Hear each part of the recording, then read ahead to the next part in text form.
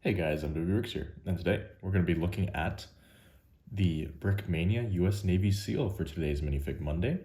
Uh, this minifig has been out for a pretty long time now. I actually got it when it was originally released as the minifig of the month, but I recently completed the Special Operations Humvee, and then I believe that they also restocked this fig today, so that kind of motivated me that, I should finally get around to making this video.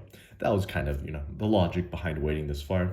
Don't really know why I waited this long. I have many minifigs, I guess, that I can pull from for a possible minifig Monday, so that's maybe why it took me so long to get to this one, but here we are.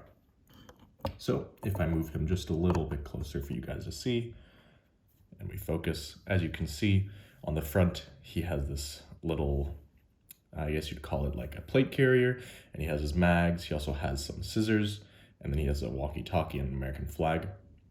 If you look down to his legs, he just has, kind of a standard loadout. He has a belt, some knee pads, nothing very specific there. If you move him to the side, you can see he has a patch, or should I say he has a Velcro pocket on the top of his arm, along with, if I lift up his arm, if you want to look at the leg, he has the pistol holster. Let me move him back a little bit.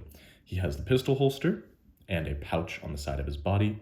That's all fairly self-explanatory. If we get to the back, he has a radio and I believe something like a camelback.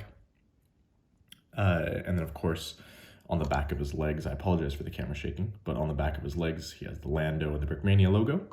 So, of course, the usual. And then if you continue to this side, he again has the patch on the side of his arm, or should I say the Velcro area.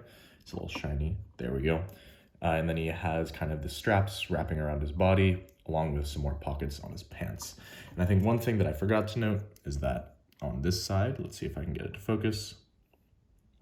There we go. You can see the blacked out or the more incognito version of the American flag, of course, charging forwards, just so that it's more, blending into the uniform.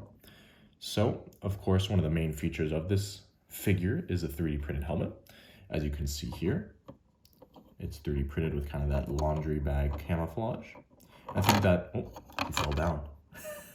So that demonstrates one of my biggest gripes is that this helmet is not stable and it does not stay on the head of the minifigure. I mean, that's a pretty large issue if you're trying to do anything other than display. I mean, you can see it's almost, sorry for moving around. It's almost like floating on his head. Let's see if I can get to focus a little better.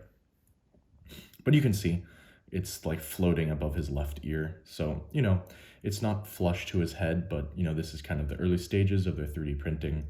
And, they're kind of working out the kinks and getting it as best as they can. So I'm not going to hold that too much against them. What I will say, though, is that it's not perfect. By no means.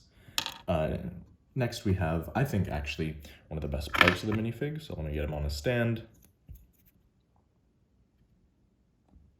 Get him to focus. Then here you can see his head. He has that nice glasses, the microphone, his beard, and then the one thing I really like is that they print hair underneath all these straps. I think it's really silly when companies make these figs or make heads and they have no hair. Like, it's like they have facial hair or they have hair in the front, but then for some reason they go bald, right? Like, that doesn't make any sense. But all in all, I think it's a pretty good figure. The ones, let me get it to focus again. The ones that are available in the Humvee kit are a little bit different. They're kind of like a mismatch version of this guy, but they're just as good as well. I will say this is one of my more, I enjoy this figure more than some others from Brickmania. I think that this figure is much better than some of the stuff that they've recently released. I'm not going to say which figures I think are not as up to snuff, but I mean, the biggest difference between this figure and other figures is that, as you notice, there's not, misprints on this figure. There's not issues like that. That's a really big deal, especially when you're paying for a figure like this. So, I mean, that's really all the features. There's nothing much more to the fig. I'll give you a couple spins. I'm not going very slow, so it might not even be helpful, but, just a couple spins so you can see. But all in all, it's a good figure. As always, like, comment, subscribe. Do all the normal stuff, guys. I appreciate it. and I'll catch you next time.